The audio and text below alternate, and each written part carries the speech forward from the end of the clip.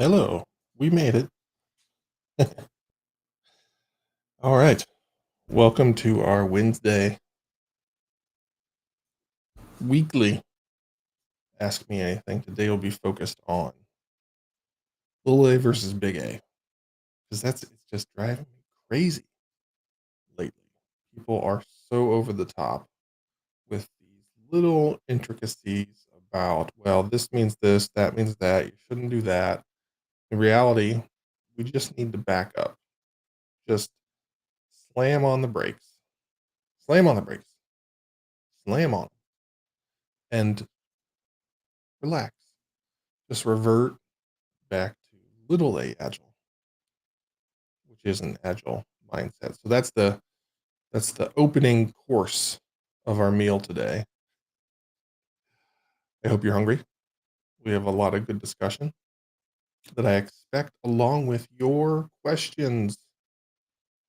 That's right. At any point in time, you can pop into chat, whatever platform you're on. The one I don't know how to interact with is Twitter because we're live streaming on Twitter.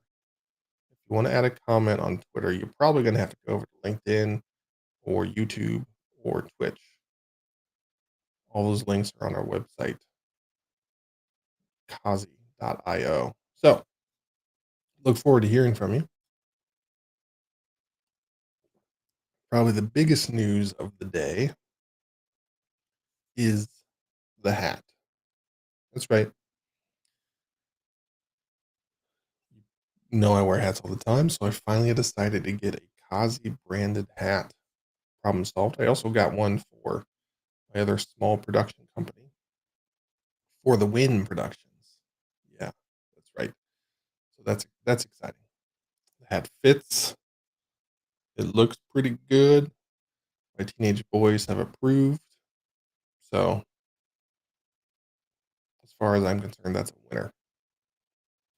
Can't argue with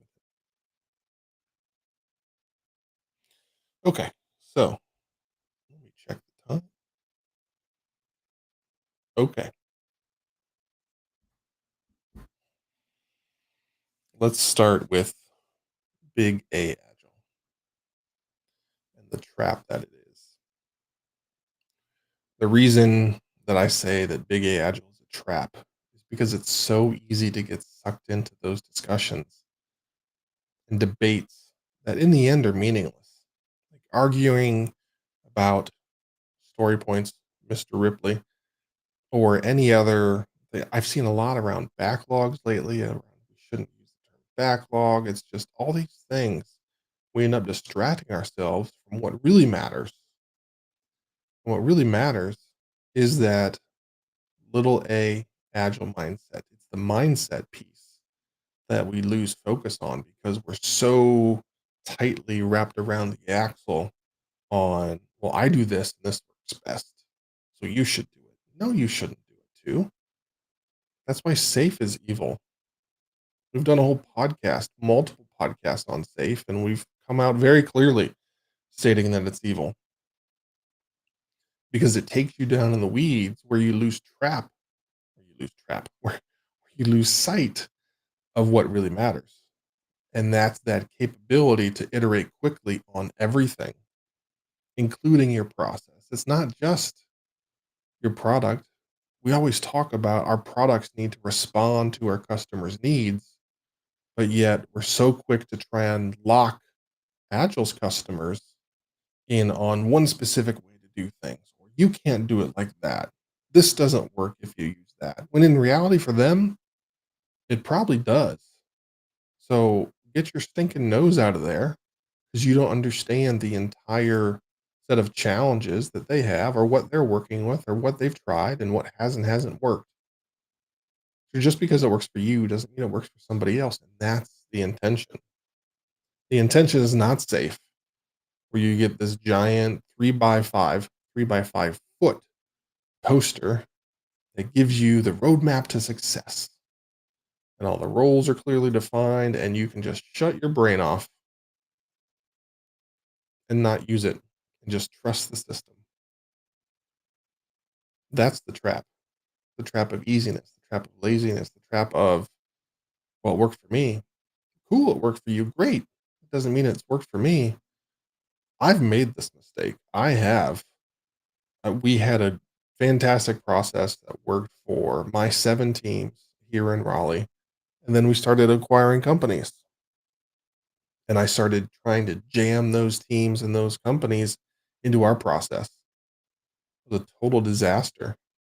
They were already rocking and rolling. They didn't need me to come in and say, "You have to do this way now." It was a total shit show, but I learned a lot. I really learned a lot, and it was this lesson around the way we manage our roadmaps or our backlogs or anything. It doesn't matter. It doesn't. What mattered was we ended up with this protocol that all of our products have to do this. Every 2 weeks, you have to stand up in front of a group of people and show, "This is what we've done. This is where we're going. This is what's next." Once a month, you have to provide an updated view of what you think you're gonna do over the next oops, sorry. Provide an updated view every month of what you expect your team's gonna build in the next 6 sprints, roughly. And once a quarter, you have to provide a quarterly view of your roadmap for the next year and what you think you're gonna do. That's it. How you achieve those final products didn't matter. It doesn't matter. There were teams that didn't use Scrum at all, but that was the protocol that we needed as a product organization to ensure that there was clarity across the board of what is happening, what do we think is gonna happen, and what are the things we're thinking about making happen. That's it. Those are the 3 things that mattered. True agility wasn't one unified process to rule them all safe. True agility was, "Hey, here's the minimal thing that we need from every product within our portfolio. I just need everybody to deliver on that. However you choose to do it, if you wanna throw agile out the window, fine, but this is how we as a product organization are gonna operate." Do not fall into the trap of, well, let's talk about story points. Do we use Fibonacci? Do we not? Do we use planning poker? Do we not? What's the right way? Well, this is going to change everything. No, it's not. You just need to produce those 3 things. What have I done? Where do I think I'm going in the medium term? And then where do I think I'm going in the long term? That's it. Now, sure, people have opinions, people have strong feelings about all the intricacies. People get very passionate. People want to have their own frameworks. Heck, we created one called the Agile Donut, which I happen to love, but I'm not sure I'd ever want to like productize that because I feel like I'd be playing the same game. Although I guess I could if I word it correctly. If I give it enough of a preface, if I give it enough caveats, although there's never enough caveats. Somebody always skips those and bad things happen.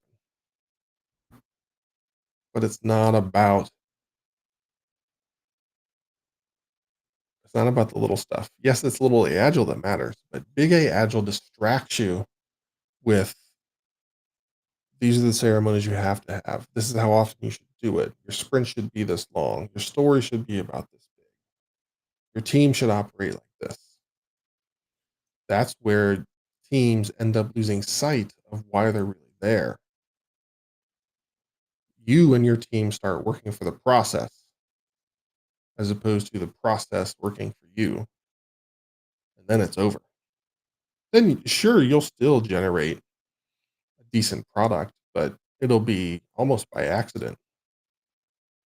It won't be with intent, and it won't have the full brain power of your entire team focused on how what we're doing makes our customers' lives better, makes it easier, makes them give us more money, makes whatever it is, whatever it needs to do, you're going to lose sight because you're busy arguing about the little stupid crap that doesn't matter. So don't do that. Don't fall into that trap. Listen to Admiral Akbar. He always knows when it's a trap. And if you don't know who Admiral Akbar is, watch some Star Wars.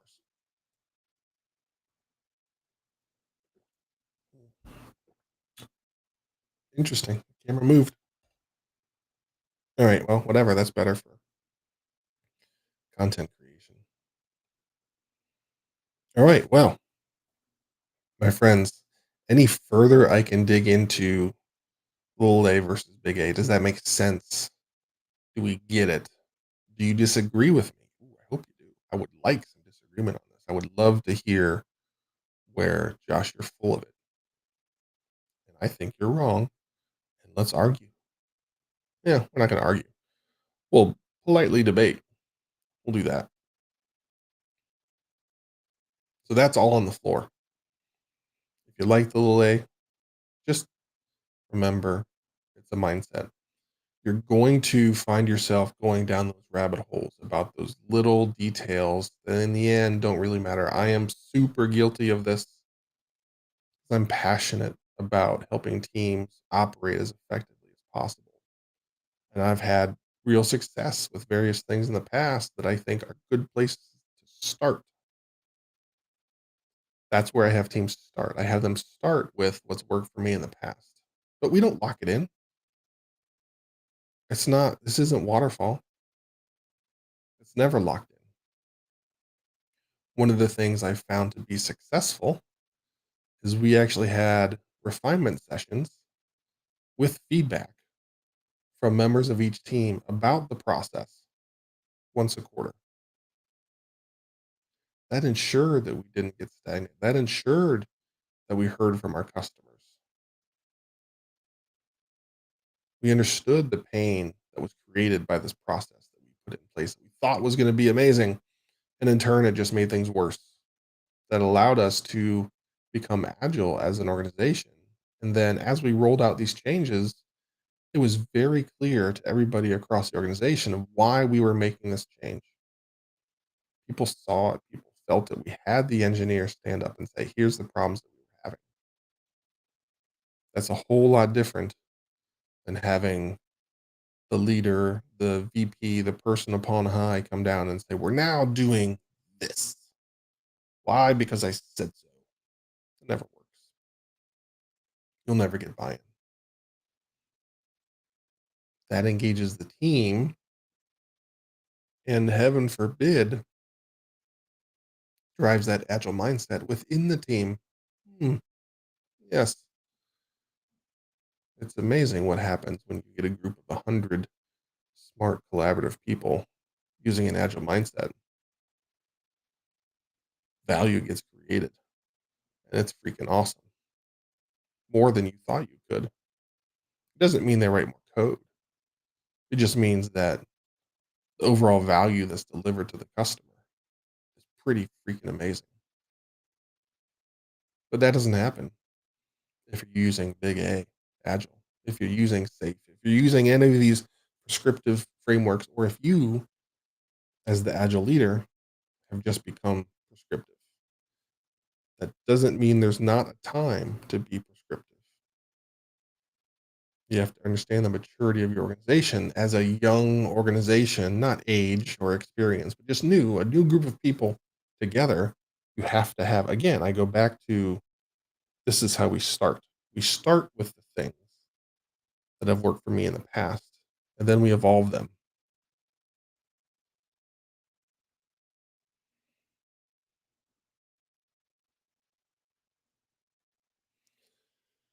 Yeah, Mr. Kellogg, this whole thing for me is frameworks like Safe. And actually the thing that's driven me here is I'm investing more in Twitter, trying to create a stronger presence there and be able to drive and generate business for me and my company. And as I dig into all of the content that's out there, so much of it is very strongly opinionated debates about a little thing, about what we call something, about whether you should ever use this thing or not. And we end up in the community creating a big A agile mindset because we're talking about the little things that matter. And oftentimes it's with the intent of trying to get people to think about little a. Thank you for that. Yeah, I'm pretty happy with it. It's done with the intent to get people to think little a of like, hey, don't use this because of X, Y, and Z.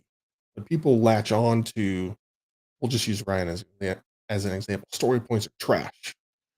Um, I know what Ryan's doing. I understand he's trying to drive a discussion, and there's real value in that, and I support that. But unfortunately, not everybody is able to wade through that and see that that's the thing. So you get these giant debates, and I forget who. There's somebody with a pretty large following on Twitter that was talking about we shouldn't call backlogs backlog, and it was a thread. There were like 7 or 8 posts, but in the end, they still described an ordered list of things the team needed to do. So who cares what you call it? Let people call it a backlog. Let them call it a list of fun things to do. I don't care what it is. But the thing that matters is that they have an ordered list of work that's well defined that the team can pick up and roll with. Don't generate all this fear, uncertainty, and doubt with what we call something. That's just dumb.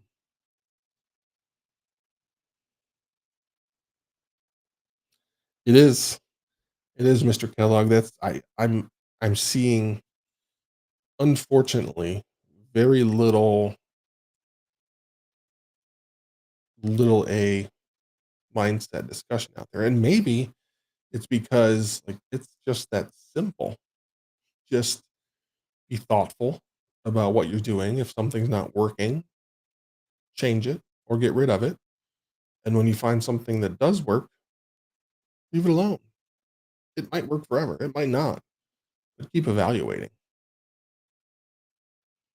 Instead, we're looking for this concrete, like I've done it. I've found the way to make agile work. So I must share this on Mount Twitter and let everybody know that I have the answer. The reason all of your projects are failing is because of this. You're using the wrong word. No, no, it's not. It's failing because you're thinking about what words matter. Words don't matter. It's the mindset. Get it right, people.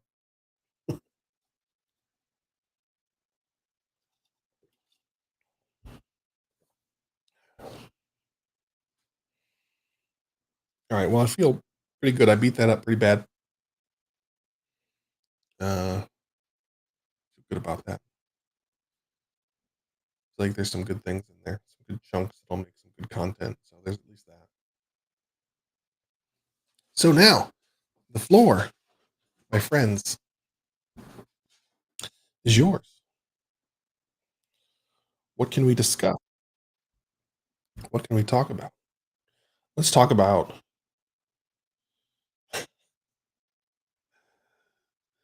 Um, no, I have not played that game. Uh, the new season of League of Legends started in the past couple of weeks, and I am committed to becoming better. So it provides a rank of you versus all the other players in the world,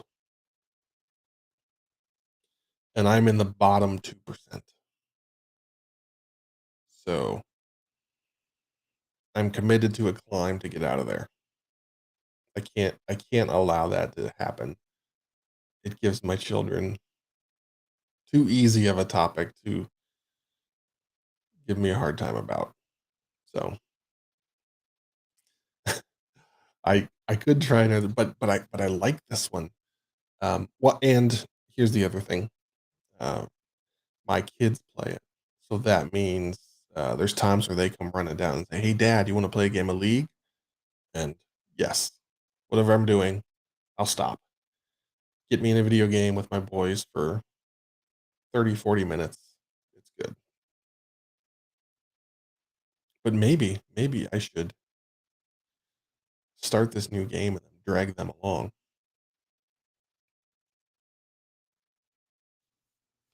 So yeah, I mean that's the whole reason that I play Fortnite. Sure, people will say that's it's not a game somebody that's almost 50 should play, but I've got a group of friends that that's how we get together. That's how we hang out.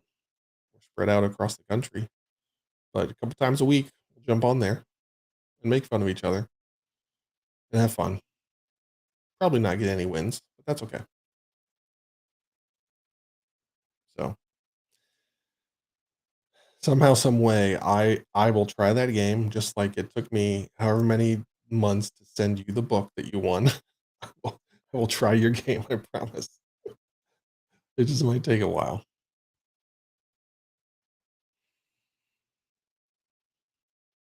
So yeah, so let's see. Other things I'm working on. Um, I'm working on product creation for Kazi to try and drive some things there. So I've got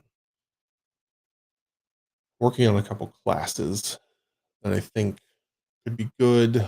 Not super long. Like I'm not a guy that's going to create a 4 day long class on something. It's going to be things that I'm passionate about: hiring, helping people level up as a leader. Because I think there, sadly, is not enough teaching of new leaders. Oh, okay. So I actually have some real experience with this, Mr. Kellogg. So let's see. At Dude Solutions, that's so long ago now, probably a little bit less than a decade ago, uh, I was tasked with onboarding onshoring a product development team from overseas to here in Raleigh. And I was able to achieve, now I was super, like, you know how I feel about hiring. So I set a goal for myself to be able to hire a new squad in a quarter and have them running well after 1 quarter. What I did at the time was run through every role I thought I would need within a squad and add up the value. So at the time, we got to a point where, and this was loosely speaking, right? We didn't get it down to the penny, but we started from a stance of every squad is going to cost us $1 million a year. So that was the first building block that we had. That worked for 2 years ish. And then what happened was as we got to our sixth, seventh team, we realized there was some additional overhead that was needed to help support that. We were still a pretty lean organization, but the reality of everybody reporting up to me, we had one director, we need another director. We started to think about, okay, do we need to start going down the manager route? What do we do? We had to think about what the next version of the organization looked like and what those roles were, and then we ended up getting that funded at the price of every squad is going to get this, and we were able to build ratios of we expect to be able to operate with this role for this many squads, so we could know when we would needed to spend that little bit extra. So that's how I worked that in the past. I've used that same model for quite a while now, but prices are different now. So definitely don't go in with that $1 million per squad. You'll be your teams will be smaller than you would like. But that's what I've done. That's what worked with the board was I just got to a nice round number like that, and that's the price that we do, and then we plan on okay, so we're gonna have this squad by this date, and then you just start slotting in the additional cost that comes in with each team. So that's how I've done that. It may or may not work with your board. Who knows? Boards are tricky.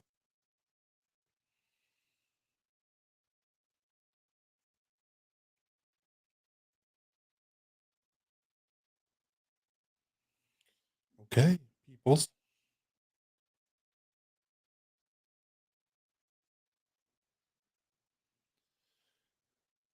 Uh, let me highlight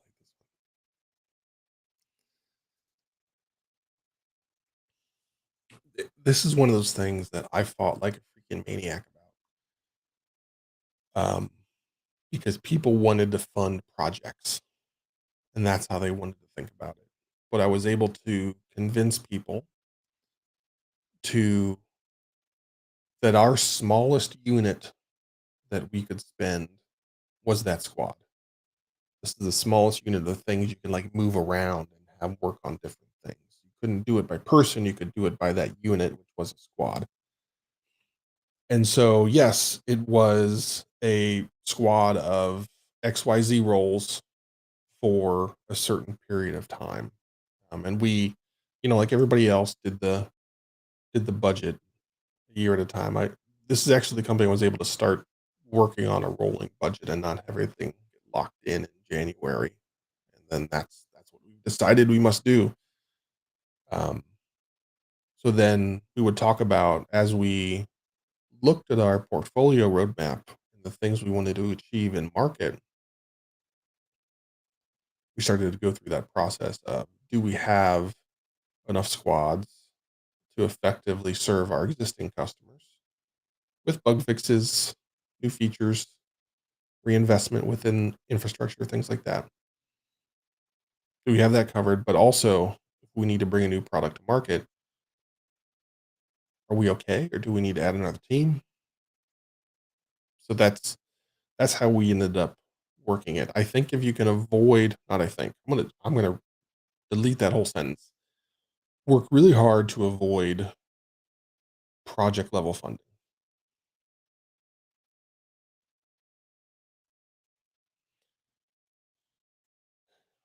Well, uh,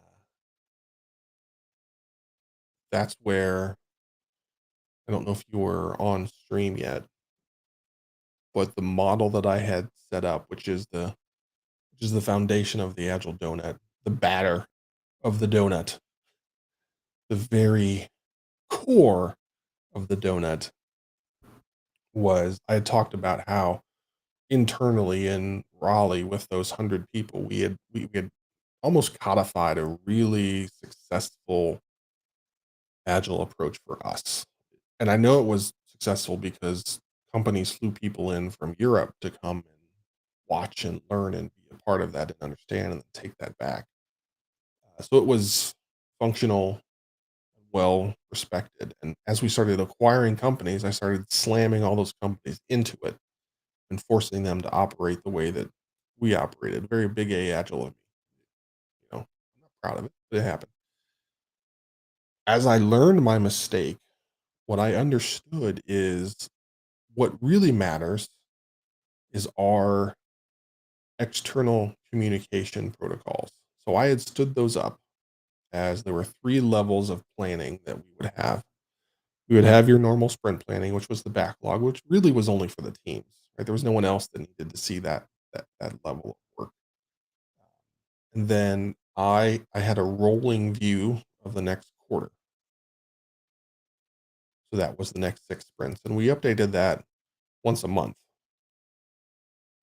So we had this continuous view of what we expected to deliver in the next quarter, in like a rolling quarter. And so that was a huge win for us and for our company because people started to see that we were delivering on that we were good, we understood what was going on, and that if it was 4 weeks out, you can pretty much count that it's going to happen because we're not going to, because we've refined it a bunch of times, it's ready to rock and roll.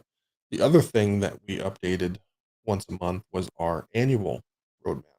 So a rolling roadmap again of the next 12 months, broken down by quarters, right? We didn't do months or anything like that, but we had items prioritized within each quarter.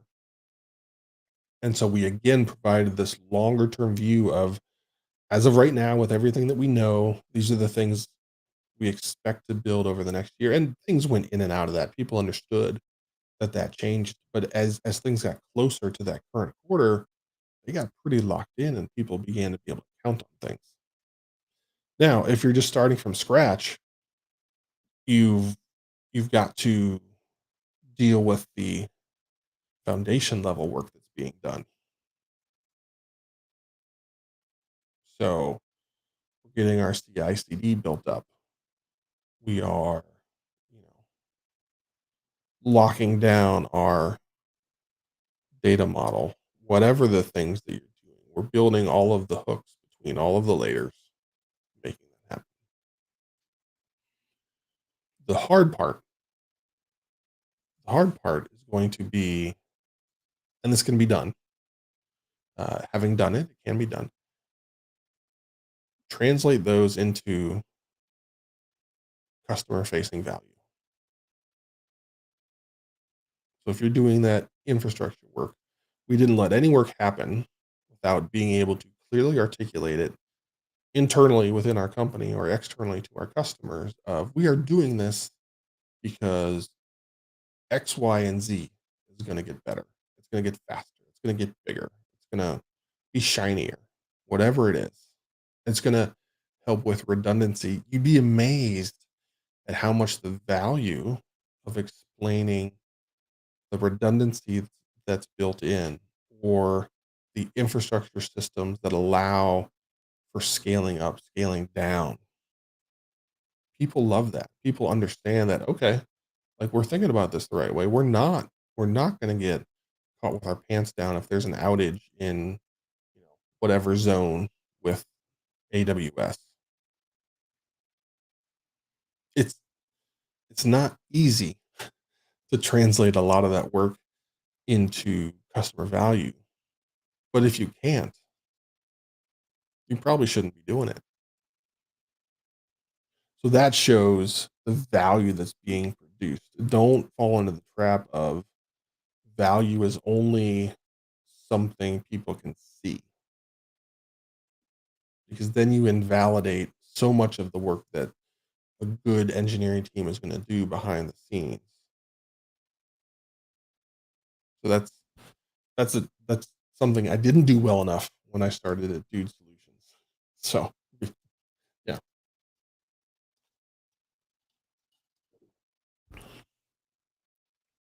Also, I'm going to assume that you're working in vertical slices. If you're not working in vertical slices, full functionality from top to bottom with this sprint, oh, hey, we're moving. Look at that. If you're not doing that, then you're making life harder. So please work in good, functional vertical slices up and down. You can do it. Many people will tell you it's impossible. It can't be done. Our architecture won't support it. We can't do that. We can't test it. We can't deploy it. Wrong. Has been done. Can be done. Just kind of have to set your mind to it. Like this is happening.